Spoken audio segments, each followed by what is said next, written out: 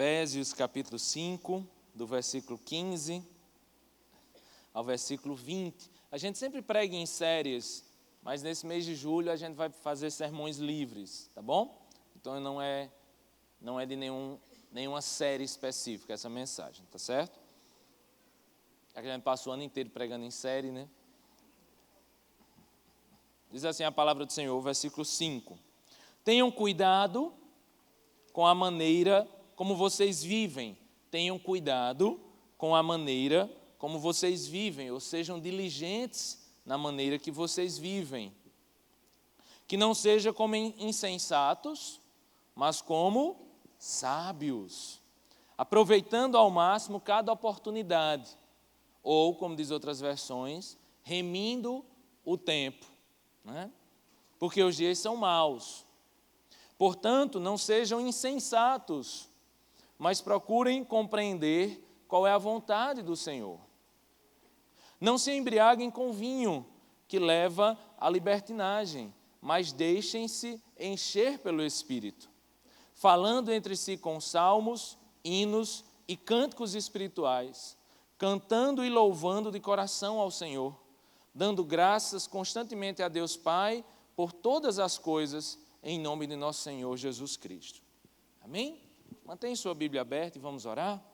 Senhor Jesus, ainda em oração, Senhor, pedimos por esse momento da Tua palavra, Senhor.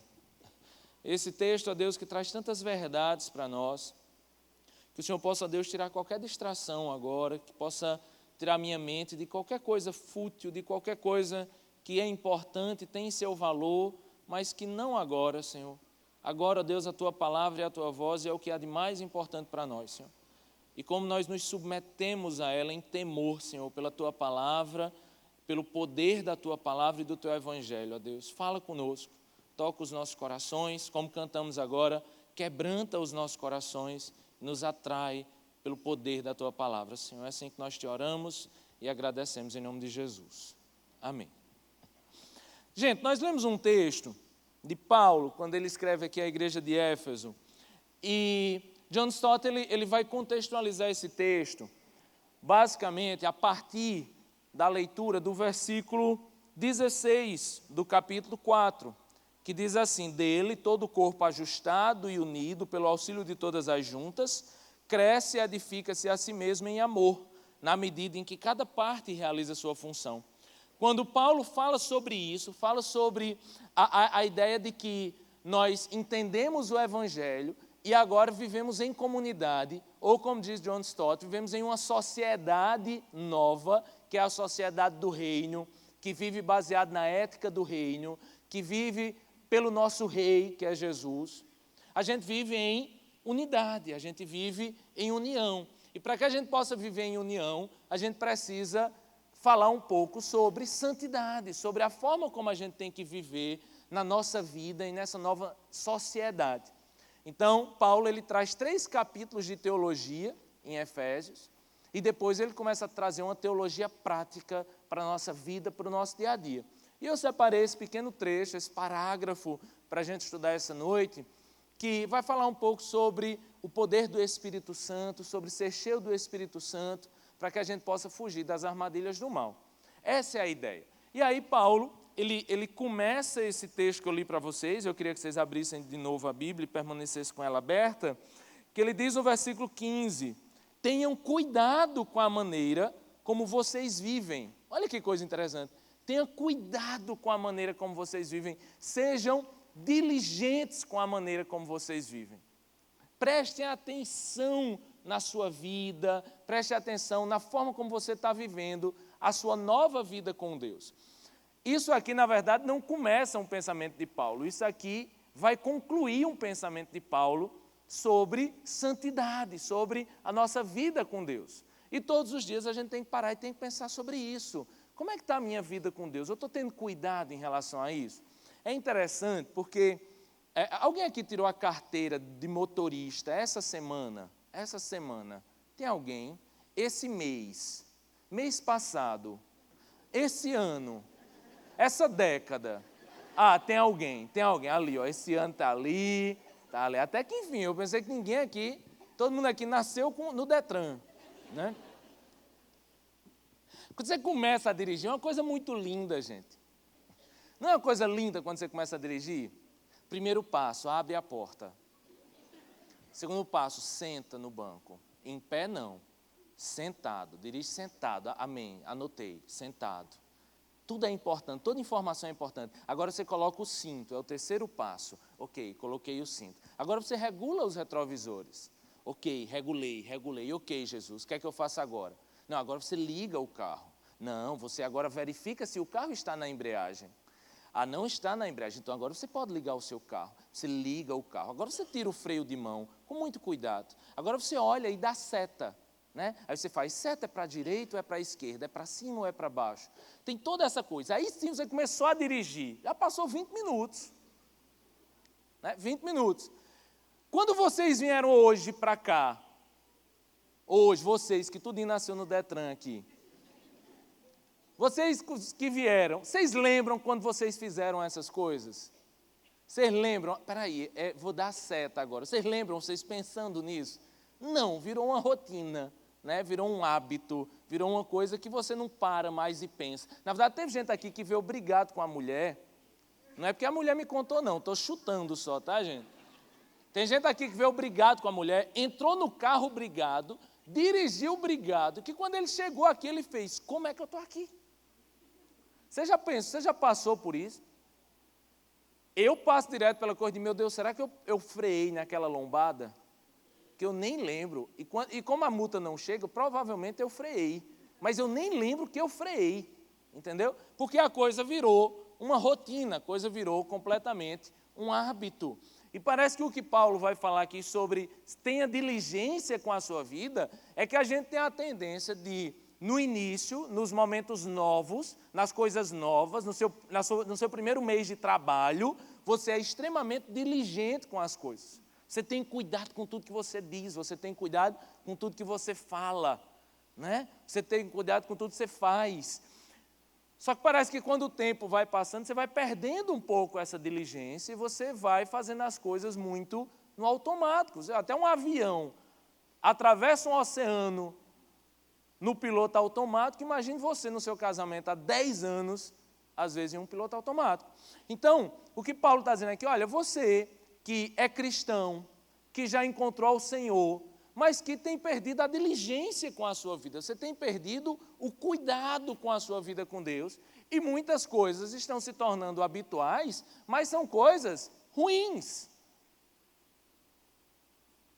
O pecado, muitas vezes, começa a se tornar um hábito, e a gente começa a perder o total cuidado com a nossa vida com Deus. É esse alerta que Paulo vem trazer aqui nesse momento. Seja diligente com a sua vida com Deus. Observe a sua vida com Deus. Um novo convertido uma vez, há uns 15 dias, chegou para mim, fez, pastor, eu estou muito mal. Pastor, eu fiz, por quê? Porque no trânsito eu fiquei com raiva de um rapaz que me cortou e quase bateu no meu carro. Aí eu fiquei esperando ele dizer o que é que ele fez depois, né? Porque ele só tinha ficado com raiva. Aí eu disse, mas você bateu no cara, você deu o dedo para ele, evangélico, você fez alguma coisa? Aí ele fez, não, pastor, eu só fiquei com raiva e eu estou com raiva de mim porque eu fiquei com raiva dele. Foi coisa linda, meu Deus. Um dia eu fui assim, Jesus. Que saudade, Senhor, de quando eu tinha tamanha diligência com minha vida, tamanho cuidado, sabe? Meu Deus, eu pequei.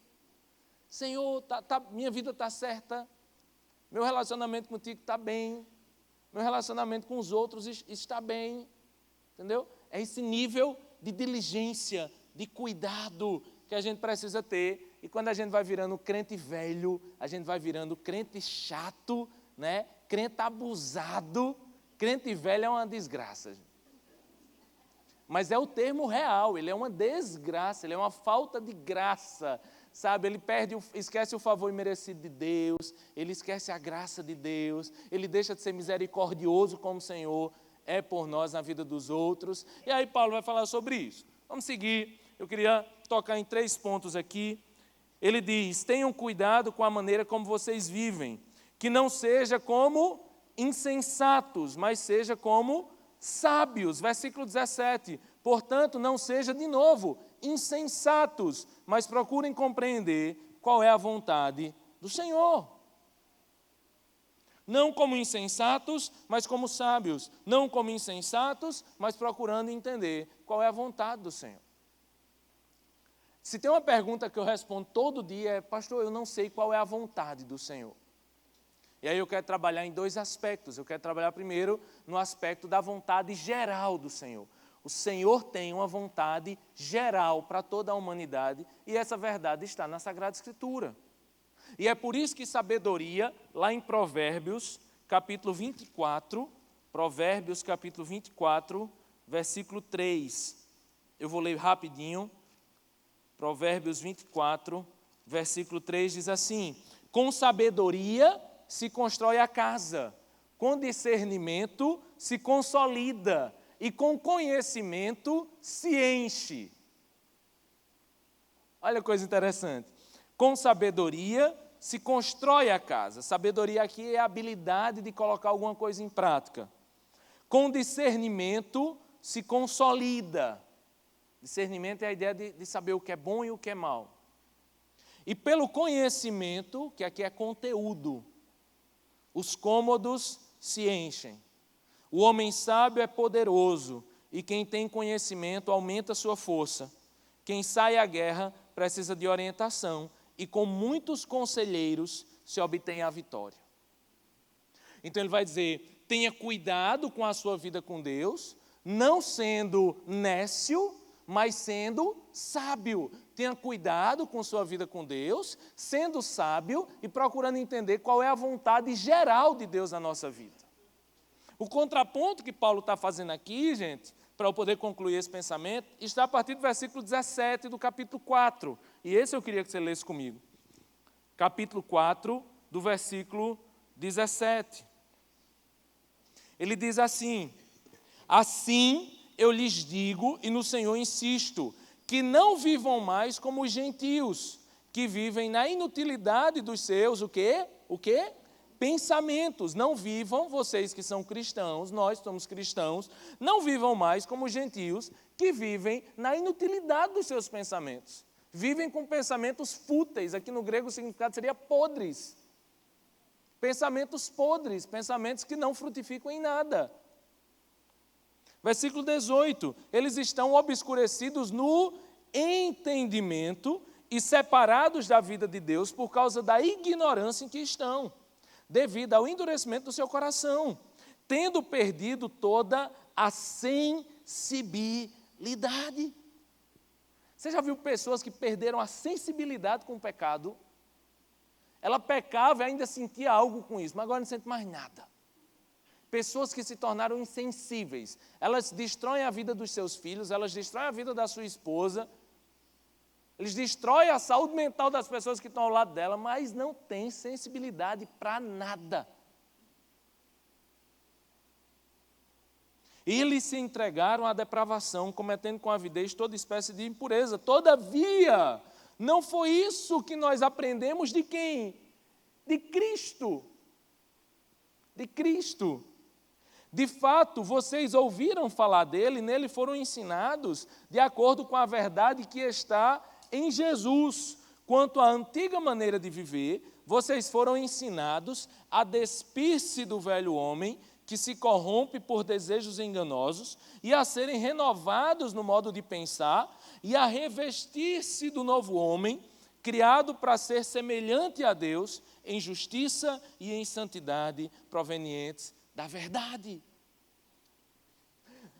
Tem três coisas aqui que a gente precisa entender. Três coisas.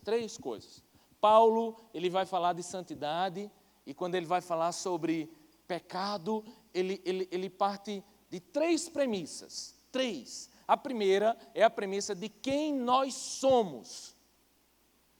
Para você entender que você precisa fugir do pecado, não é simplesmente eu chegar aqui e dizer: olha, não faça isso, não faça aquilo.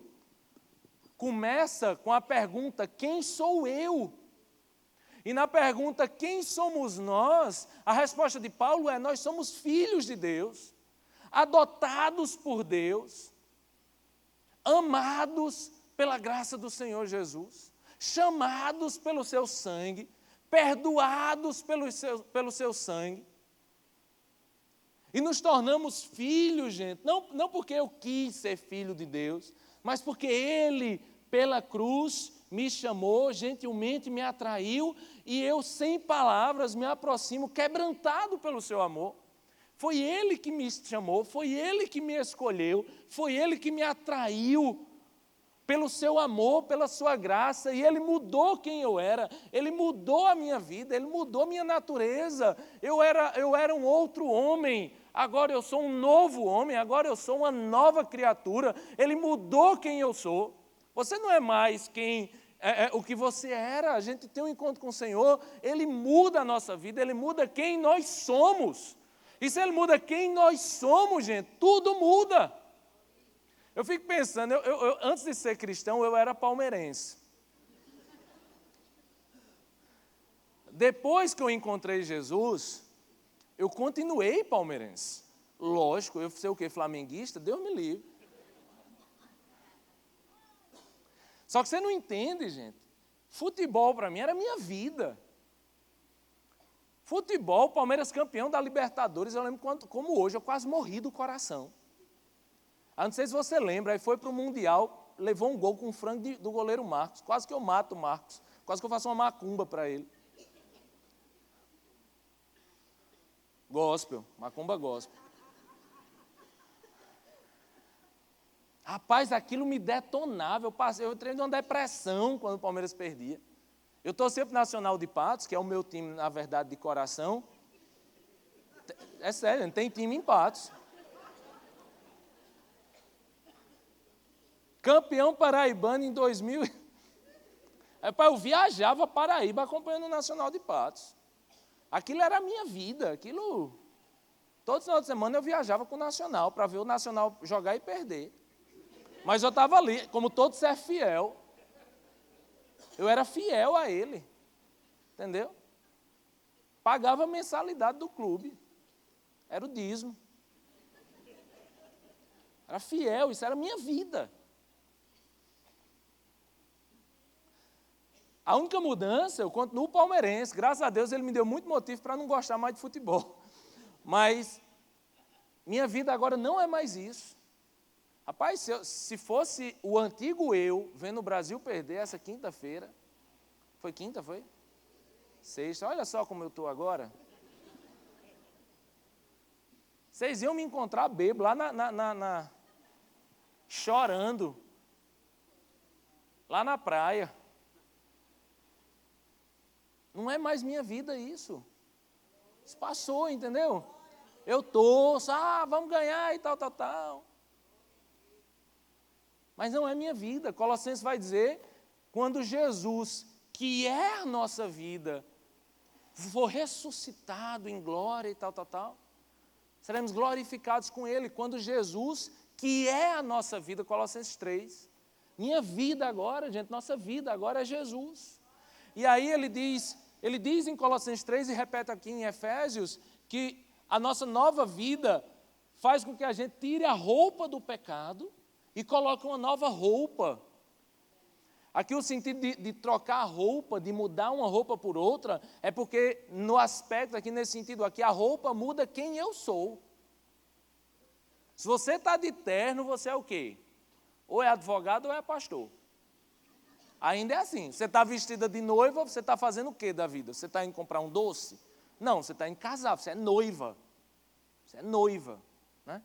A roupa ainda identifica um pouco quem eu sou. Você está fardado, você é um policial.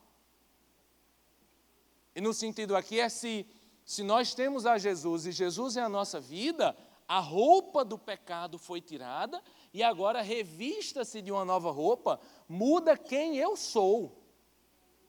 Você não é mais o mesmo, e como não somos mais os mesmos, não podemos fazer o mesmo que fazíamos antes.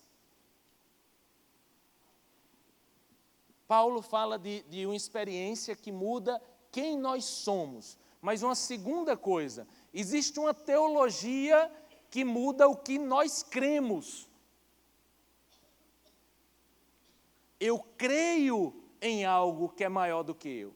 Eu creio que a minha vida não existe para satisfazer os meus próprios prazeres. Eu creio que o próprio Jesus, mesmo sendo Deus, Não teve por usurpação ser igual a Deus, mas esvaziou-se a si mesmo e tomou a forma de homem. Então, se Jesus renunciou a tal ponto, como é que eu não renunciaria a meus prazeres?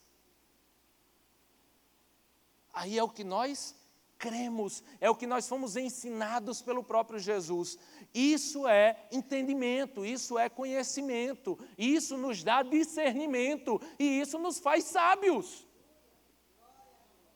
A sabedoria vem por isso que o próprio Jesus nos ensina.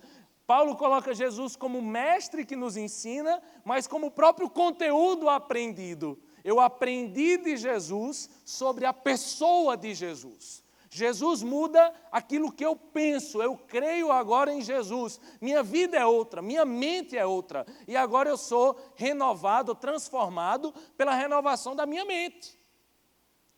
Quando a gente foca em educação na igreja, em ideal, em uma faculdade de teologia, é porque nós queremos, de certa forma, colocar isso na mente da igreja, para que Jesus entre em nossa mente e para que Ele mude como nós pensamos sobre a vida. Por fim, Paulo fala de quem nós somos, daquilo que nós cremos, mas agora ele entra naquilo que nós fazemos, na ética cristã. A grande questão é que o discipulado cristão, ele se limita muitas vezes àquilo que eu aprendi. Me diga uma coisa. Quantas vezes você ouviu algo aqui e aí você disse assim, realmente, eu estou errado. Eu preciso mudar.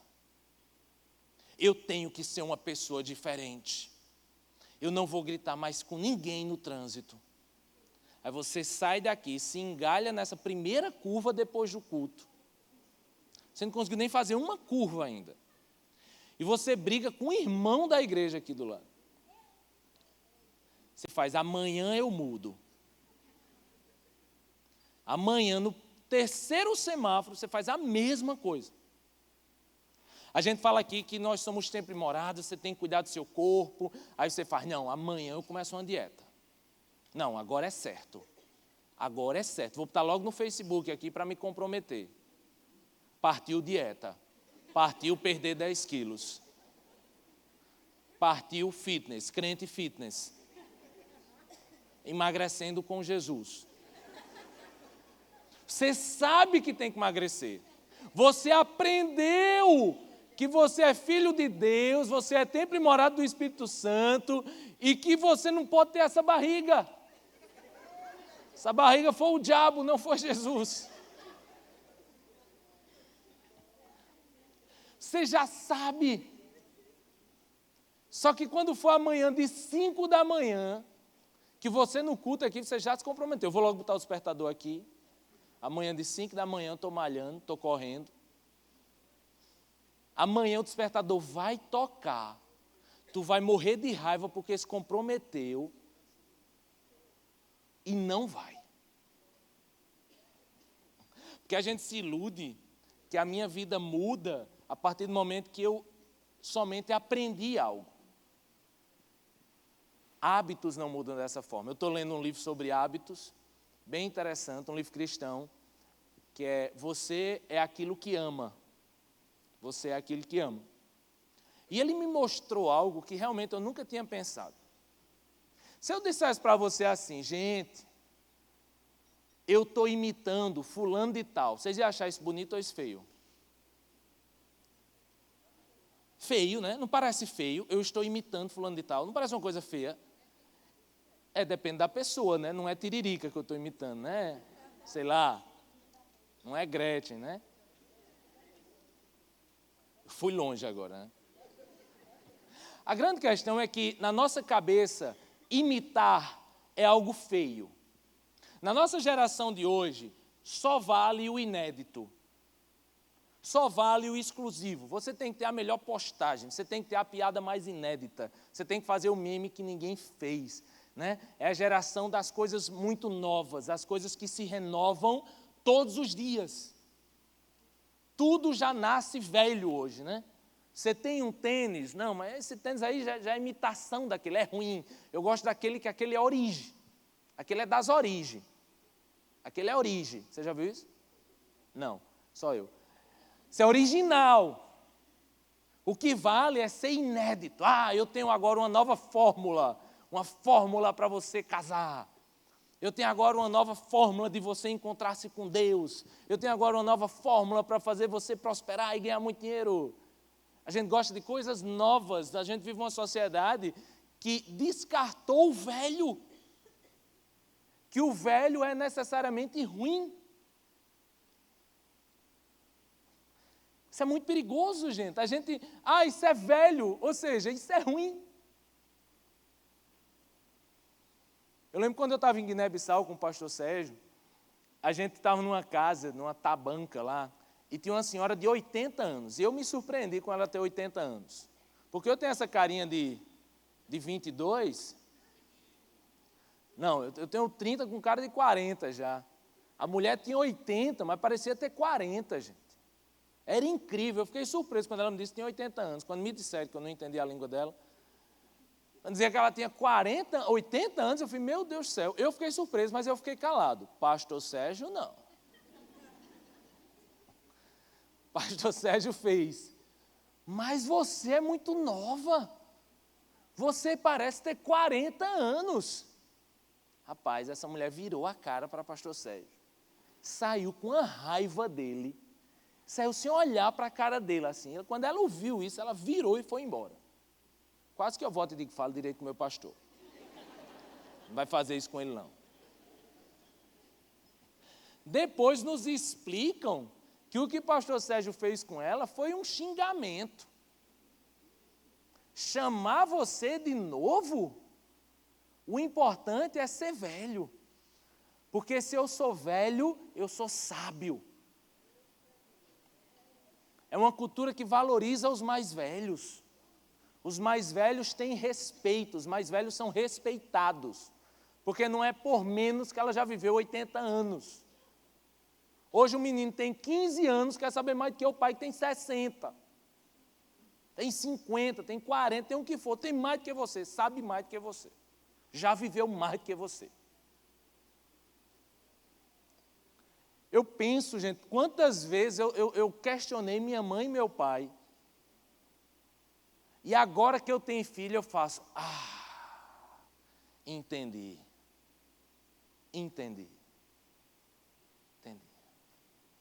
Existe muita sabedoria na idade, gente. Existe muita sabedoria no tempo. Existe muita sabedoria nas pessoas mais velhas.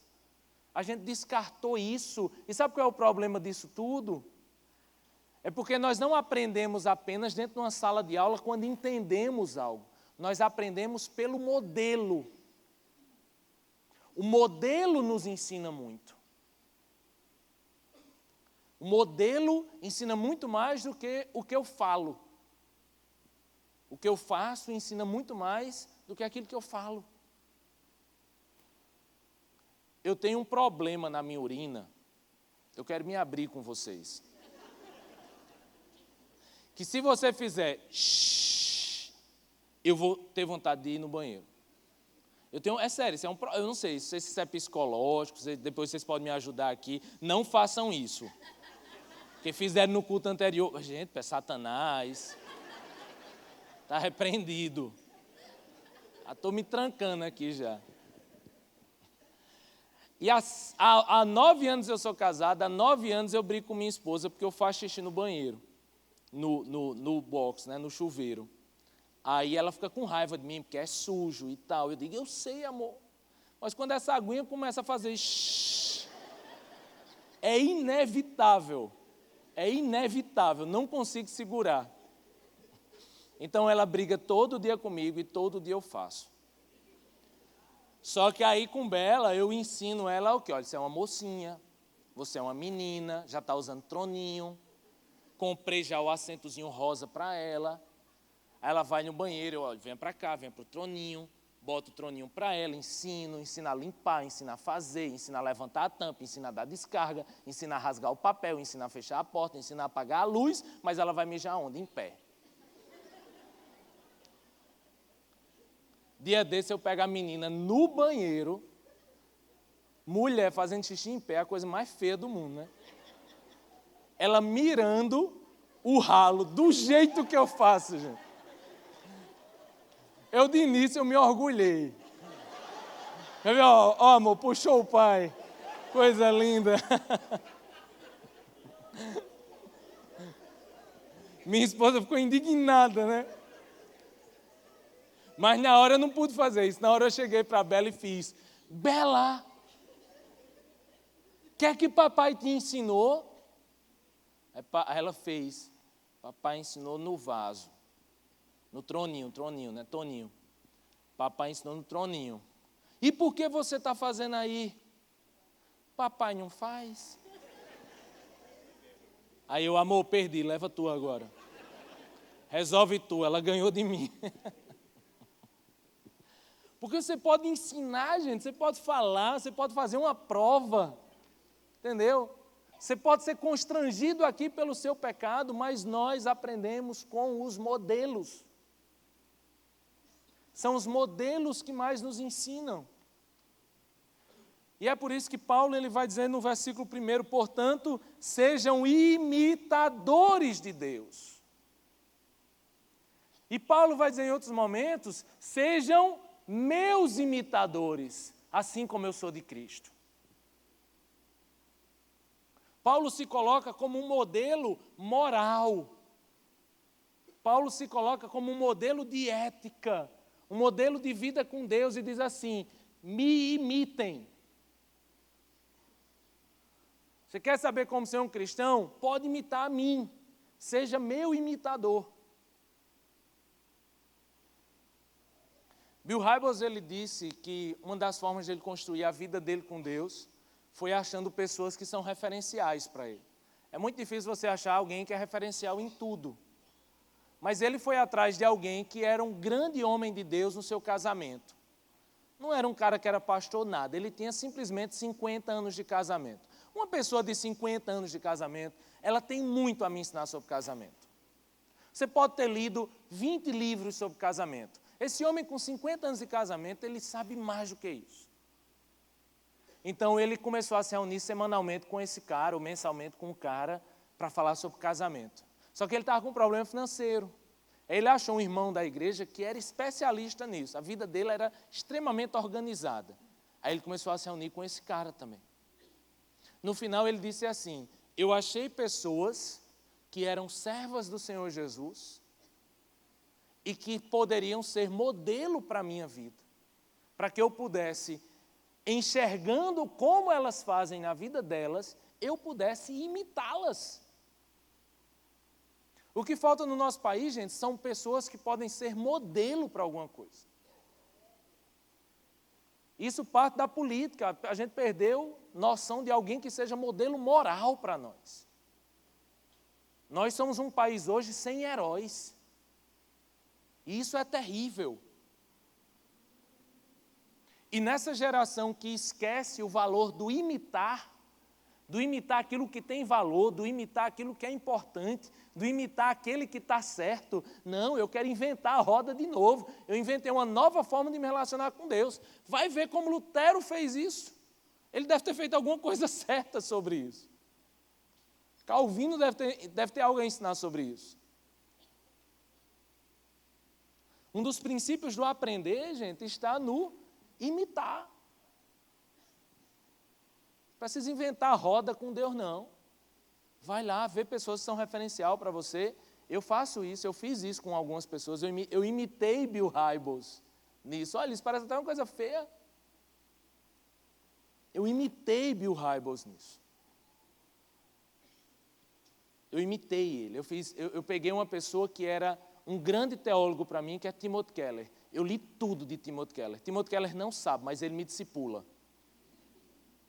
Quem é seu discipulador, Tiago? Timothy Keller, obrigado. É ele. Comecei a ir atrás de pessoas que me ensinassem sobre as coisas e comecei a imitá-las. Simples assim. E tem valor isso. E o modelo ensina, e o modelo me põe à prática. E assim eu consigo entender a vontade de Deus para mim. No versículo 16, e aí eu pegando aí no contexto do versículo 15, ele está dizendo, tenham cuidado com a maneira como vocês vivem, que não seja como insensatos, mas como sábios, Aí no versículo 16 ele diz: aproveitando ao máximo cada oportunidade. Aproveitando ao máximo cada oportunidade. Esse versículo foi uma das coisas que mais mexeu na minha vida.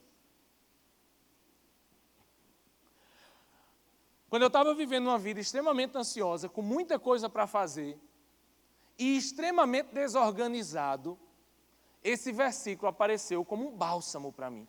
Quando ele disse assim: aproveite cada oportunidade. Ou numa versão que eu gosto mais, remindo o tempo. Esse texto é muito importante, porque a palavra remir é a palavra que Paulo usa para dizer que nós fomos remidos por Jesus, pelo sangue de Jesus. Nós fomos perdoados pelo sangue de Jesus. Remir é salvar. E aí Paulo usa a mesma palavra remir e diz assim, que a gente possa remir o tempo. Em outras palavras, que eu possa salvar o tempo. E se eu preciso salvar o tempo, é porque eu estou perdendo o meu tempo. E se tem uma coisa que é valiosa, gente, hoje, sempre, é o tempo. Uma vez um cara colocou um anúncio numa parede que dizia assim: perdidas ontem em algum lugar, entre o nascer e o pôr do sol, 2 horas de ouro, cada uma cravejada com 60 minutos de diamante. Nenhuma recompensa é oferecida, pois foram-se para sempre. Jonathan Edwards uma vez escreveu: resolvido nunca perder um só momento de tempo, mas sim tirar proveito dele da maneira mais proveitosa que eu puder. O que Paulo vai dizer aqui é que para a gente ser um discípulo de Jesus e para a gente ter cuidado com a nossa vida com Deus, nós precisamos salvar o nosso tempo. E a gente vive hoje, gente, perdendo o nosso tempo com inúmeras e inúmeras coisas que não têm valor. A gente não consegue salvar o nosso tempo. Quando eu me vi perdido fazendo muita coisa, eu percebi que eu fazia muita coisa que algumas delas eu não precisava fazer. E eu comecei a estudar sobre isso, eu comecei a aprender sobre como salvar o meu tempo. Eu comecei a estudar sobre como fazer mais coisas em menos tempo. Eu comecei a estudar sobre como delegar mais coisas para pessoas que aí sim elas tinham que fazer isso, não eu. Mas sabe o que é que isso mais me ajudou? Eu comecei a salvar meu tempo com minha esposa, por exemplo. Eu comecei a salvar meu tempo com Deus. Eu comecei a dedicar mais tempo, salvar um momento ali com Deus. E aí eu comecei a perceber que minha vida com Deus, eu tinha tanta coisa para fazer que eu esquecia daquele que é mais importante na minha vida. Eu esquecia de ter meu tempo com Deus. Aí eu salvei os 30 primeiros minutos do meu dia. Os 30 primeiros minutos do meu dia não tem WhatsApp, não tem Instagram, não tem Facebook.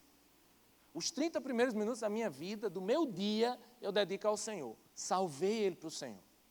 Salvei. Acordei, já vem um demônio, olha o WhatsApp. Satanás fica, não, é o Instagram. Aí Lúcifer, não, olha o Facebook. É tudo a mesma coisa. Você vai ali e perde 1 hora olhando besteira. Não, salvei meu tempo. Esse tempo agora é do Senhor. A sexta-noite eu salvei para minha esposa. Já disse isso aqui para vocês. Pode me chamar para fazer qualquer coisa na sexta-noite. Não vou. Tenho um compromisso. O que é, pastor? Você vai trabalhar? Não. Você vai fazer alguma coisa, celebrar um casamento? Não. E seu compromisso é com quem? Com minha esposa. A gente vai sair, namorar e beijar na boca. Entendeu? Esse pessoal fala, mas nossa vida sexual está meio fraca e não sei o quê. Eu fiz isso. Você dedica quanto tempo para a sua esposa? Você dedica, qual foi a última vez que você fez assim, amor, a noite é nossa? Já com cara de safadeza, que casado pode. A noite é nossa. Você foi, levou ela para jantar num lugar massa, num lugar caro, foi comer açaí. Entendeu? Já para dar uma força. Aí você pegou, saiu com ela, vamos dar uma voltinha na praia, pegado na mão. Olha, quanto tempo você andou com pegado na mão de sua esposa? O menino não deixa, né? Fica no meio. Isso o menino está na casa da avó. casa está sozinha, você já separou o negócio. Uma vez assim, na semana, pode. Chegou em casa, foi tirando a roupa bem devagarzinho, já com aquela cara do início, da safadeza. Deu tempo beijar na boca, entendeu? Deu tempo fazer o serviço completo. Qual foi a última vez? Eu duvido falhar desse jeito. E mais com açaí antes. Falha nada. Qual foi a última vez, gente? Você se dedicou ao seu casamento, sabe? Pegar na mão, dar beijão de língua evangélico. Que pode. Casado pode. Entendeu? Namorado não. Namorado, dei beijinho no queixo. O queixo é do inferno. Só quando casar. Pode. Você nunca mais nem beijou sua esposa, deu um beijão nela. Nunca mais deu. Por quê? Sem tempo. Chega em casa, vai para o WhatsApp. Não, tem muita coisa aqui para resolver. O menino, coitado, está escanteado no YouTube. Não é escanteado no iPad. Coitado do menino. Pai, vamos brincar? Peraí, meu filho, assiste um desenho aqui de 2 horas. Papai chegou do trabalho, mas papai ainda está trabalhando. Papai não salvou esse tempo para você, meu filhinho. Entendeu? Papai não salvou. Rapaz, meu domingo, quando eu não estou pregando, você vai me ver lá na praia, com minha filha, ou você não vai me ver, porque eu vou estar em casa fazendo coisas ridículas com ela. Se você soubesse como eu brinco com minha filha, eu vou estar debaixo da mesa, cheio de bolinha, atacando a mãe dela. Bagunça a casa toda, ando de 4 com ela, brinco de lobo mau e chapéuzinho velho, sai correndo feito doida com medo de mim, depois sai correndo com medo dela. Salvei esse tempo para ela, esse tempo é dela, que ela merece isso. Remir o tempo é salvar meu tempo, é administrar meu tempo. Se você deixar, você é sugado, seu tempo é sugado com banalidades, com futilidades que destroem a nossa vida com Deus. Salve sua agenda, salve seu tempo hoje. Hoje, qual é seu tempo com Deus? Salve ele. Qual é seu tempo para sua esposa? Salve ele. Faça um compromisso com ela. Meu momento seu é esse aqui, ó. A gente pode transar outros dias, mas é rapidinha. O elaborado é aqui, ó. Entendeu? Que eu preguei isso hoje de manhã, já vieram me dizer, pastor, coisa difícil é só na sexta, né? Eu falei, não. O pessoal do louvor que não tem mal o Senhor, né? Não, a sexta é essa elaborada. Entendeu? Ou que os casados entendam essas coisas, né? Tomara que os solteiros não. Salvar o tempo, entendeu? Você quer ter uma vida, quer ser sábio, salve seu tempo. Remir o tempo, aproveite cada oportunidade. Esse é o significado. Assim nós veremos de forma sábia. Por fim, ele diz no versículo 18, não se embriaguem com vinho que leva à libertinagem, mas deixem-se encher pelo Espírito Santo. Você vai lembrar comigo no versículo 17 que ele disse, não sejam insensatos, mas procurem compreender qual é a vontade do Senhor. Você vai dizer, Tiago, eu já entendi como é a vontade geral do Senhor. É através dos modelos, é através do ensino da palavra. Mas eu quero saber como é que eu entendo a vontade do Senhor para a minha vida, para coisas particulares. Aí ele vai dizer, então, se você quer saber a vontade do Senhor para a sua vida, não se embriague com vinho, que leva à libertinagem, mas deixem-se encher pelo Espírito Santo. Falando entre si com salmos, hinos e cânticos espirituais, cantando e louvando de coração ao Senhor, dando graças constantemente a Deus Pai por todas as coisas, em nome de nosso Senhor Jesus Cristo. Interessante que quando a Bíblia fala, não se embriague com o vinho, mas encha-se do Espírito, de alguma forma parece que você está falando de um Espírito Santo que me embriaga. Mas não é bem essa a ideia. Dr. Martin Lloyd-Jones, que era doutor em teologia, mas era médico também. Eu só fiz 2 especializações à distância em medicina, Grey's Anatomy e Dr. House. E aí, se eu falasse isso, você não iria acreditar, porque eu sou só especialista à distância.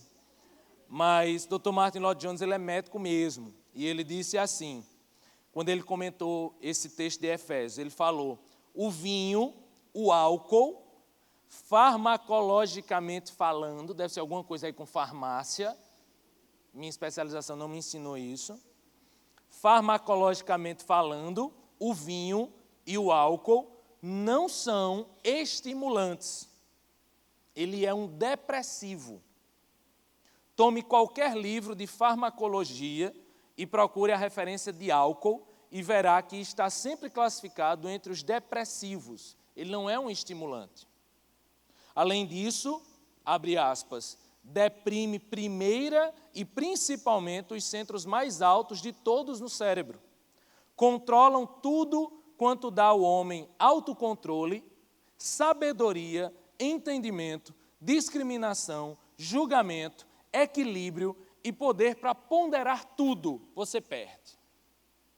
Em outras palavras, tudo quanto leva o homem a comportar-se da melhor e mais nobre maneira possível, o álcool destrói. O Espírito Santo faz exatamente o oposto. Se fosse possível colocar o Espírito Santo no manual de farmacologia, eu classificaria entre os estimulantes, porque é esta a categoria que ele pertence. Realmente ele estimula mesmo, estimula todas as faculdades, a mente, o intelecto, o coração e a vontade. Considere agora como Paulo pinta o contraste. O resultado da embriaguez, escreve ele, é a dissolução, é a destruição. As pessoas que estão bêbadas entregam-se a ações desenfreadas, dissolutas e descontroladas. Elas comportam-se como animais, até mesmo de maneira pior que os animais. Os resultados de estar cheio do Espírito Santo são totalmente diferentes. Se um excesso de álcool desumaniza e transforma o ser humano em fera, a plenitude do Espírito Santo nos torna mais humanos, porque nos torna como Cristo. Então, o contraste aqui não é o contraste, seja cheio do Espírito Santo, como se isso significasse estar embriagado pelo Espírito Santo e, de certa forma, perdendo as minhas faculdades mentais. A Bíblia respeita, o Espírito respeita a minha vontade, a Bíblia diz que o Espírito do Senhor se submete ao Espírito do profeta. O Espírito Santo ele não vem para tirar a minha razão, o Espírito Santo ele não vem para me tirar de mim, ou me fazer menos eu. O Espírito Santo me faz mais eu do que nunca. O Espírito Santo me faz entender quem eu sou. O Espírito Santo me faz entender que eu sou filho de Deus. E se eu sou filho de Deus, eu faço isso. E se eu sou filho de Deus, eu não faço isso. Não porque de alguma forma eu estou embriagado por um êxtase espiritual, de forma alguma. É algo que o Espírito Santo gera em minha mente, porque ele me transforma pela renovação da minha mente.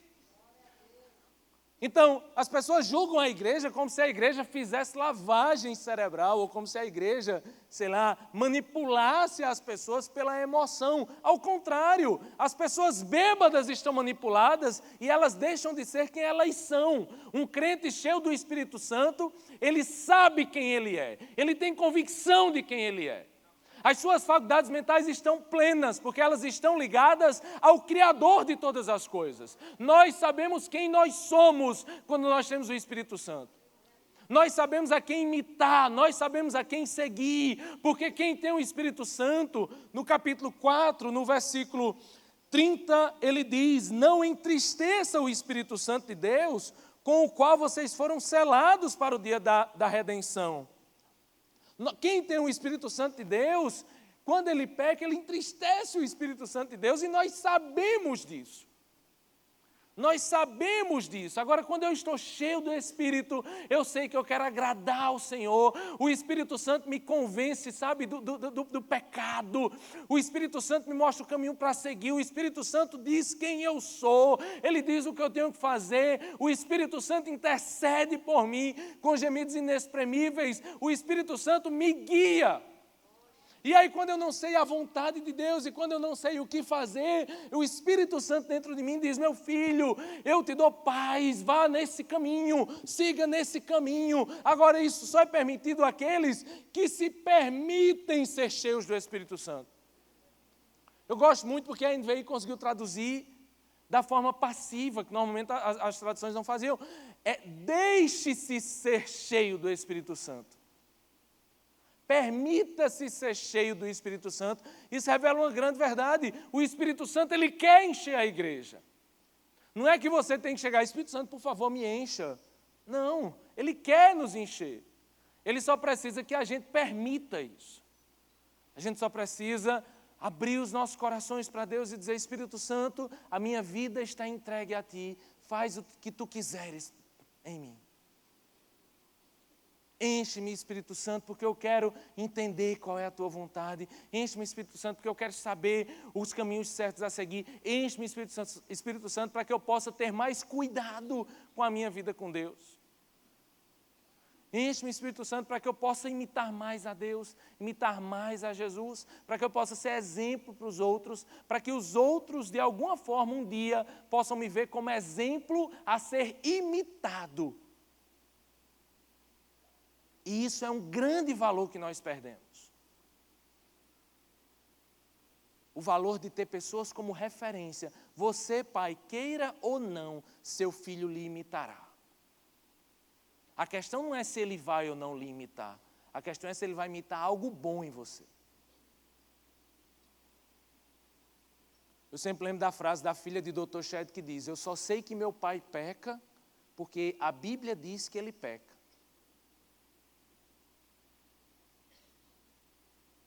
Porque meu pai, nas limitações, e faleceu há alguns meses, eu acordava de madrugada, ele estava ajoelhado na cama orando. Ele nem poderia se ajoelhar, ele teria todas as desculpas para não se ajoelhar.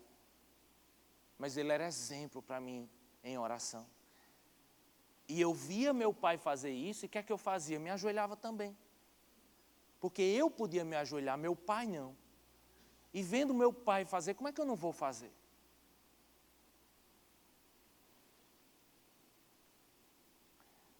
E é nisso que eu tenho que dizer: Espírito Santo, enche-me, Espírito. Para que eu possa ter cuidado com a minha vida, para que eu possa, estando cheio do Espírito Santo, entender quem eu sou, entender o que o Senhor tem para mim. Mas isso é tão maravilhoso, gente, a banda pode subir, mas isso é tão maravilhoso, que aí Paulo vai dizer: olha, aquele que é cheio do Espírito Santo, ele canta louvores. Vocês viram aqui? Aquele que é cheio do Espírito Santo, eles falam entre si com salmos, hinos e cânticos espirituais. Paulo aqui está falando desse momento de louvor da gente. Ele está falando de um louvor comunitário. Sabe, quem é cheio do Espírito Santo, o cara chega aqui, rapaz, no louvor, ele está cheio, ele quer o Senhor. Ele quer a presença de Deus, porque ele sabe que isso é a maior coisa que ele pode ter na vida. Ele se entrega a isso. Mas é mais do que isso. É quando eu estou em casa e aí eu canto e louvo de coração ao Senhor. São aqueles irmãozinhos que não sabem cantar feito eu, mas fica ali, ó, adorando no Senhor. Chega em casa e continua adorando ao Senhor. E no final ele diz: aqueles que são cheios do Espírito Santo, eles dão graças constantemente a Deus Pai por todas as coisas. Quem está cheio do Espírito Santo consegue dar graças ao Senhor, consegue adorar o Senhor coletivamente, consegue adorar o Senhor no seu dia a dia com Deus. Você vai dizer: Tiago, como é que se consegue fazer isso? Esses dias eu vivi umas situações bem difíceis, eu não sei se você sabe, mas minha esposa está grávida. Você não sabia, está grávida, está com 7 semanas. E quando ela estava com 3 semanas, a gente tem acabado de descobrir, minha filha, Bela, né, afoita feito ela, estava dentro do carrinho do supermercado e caiu do carrinho. Caiu de costas, né, então foi uma queda muito feia. E alta, né, relativamente alta. E aquilo foi um abalo, né? A gente ficou desesperado na hora. E quem viu isso primeiro foi minha esposa. E ela então teve um susto muito grande ali. Eu que estava vivendo a alegria de ter um novo filho, comecei a viver a angústia de talvez perder os dois. E isso me deixou extremamente abalado, né? Essa semana a gente foi fazer um ultrassom e Bela está bem, graças a Deus. E a gente foi fazer um ultrassom e minha esposa está tudo bem, a formação lá, a criança está crescendo bem e tal. Só que ela está com alguns problemas na placenta, alguma coisa assim. Está em repouso agora, está vivendo aí 15 dias de repouso para ficar tudo bem. E nessa angústia, né, nessas lutas, de vir de uma tamanha alegria de ter um outro filho, mas em meio a essas lutas, eu notei que eu estava meio frio. Estava frio, eu estava meio que, de alguma forma, isso me entristeceu e me afastou de Deus. Foi interessante que ontem à noite, eu preparando essa pregação e fiquei com o versículo, dando graças a Ele, sabe? Fiquei com isso no meu coração. E fui botar minha filhinha para dormir. E comecei a louvar sozinho, gente, no quarto da minha filha, botando Bela para dormir. Comecei a louvar o Senhor, sabe? Comecei a louvar o Senhor. Comecei a dizer, Espírito Santo, enche meu coração, enche meu ser, fala comigo, ministra, sabe? Ministra meu coração, me enche o teu Espírito. E, gente, isso foi me dando uma paz. Isso foi me dando uma paz, sabe? E eu fui podendo entregar isso ao Senhor, e eu fui entregando meu filho ao Senhor. E uma coisa muito interessante aconteceu é que a gente não tinha um nome para ele, né? Para o nosso filho, o segundo, né? E aí foi interessante, porque sabe o que aconteceu? Sabe quando Deus fala assim ao nosso coração? E Ele me deu um nome. E eu saí feliz assim do quarto, eu fiz, amor, o que é que você acha de... E a gente já tinha pensado 150 nomes e tinha dado errado. Amor, Deus falou comigo, esse nome. Aí ela, é esse. E aí eu fiquei feliz porque eu estava triste, o Espírito Santo me encheu, tirou minha tristeza, tirou minha frieza, tirou minhas angústias e ainda me fez uma promessa. Esse é o nome do seu filho. E é isso quando o Espírito Santo nos enche, gente. Ele tira as ansiedades, Ele tira os medos, Ele me faz entender quem eu sou. E eu sou filho de Deus. E Ele me ama. E minha vida está em suas mãos. E Ele tem todo o controle sobre a nossa vida.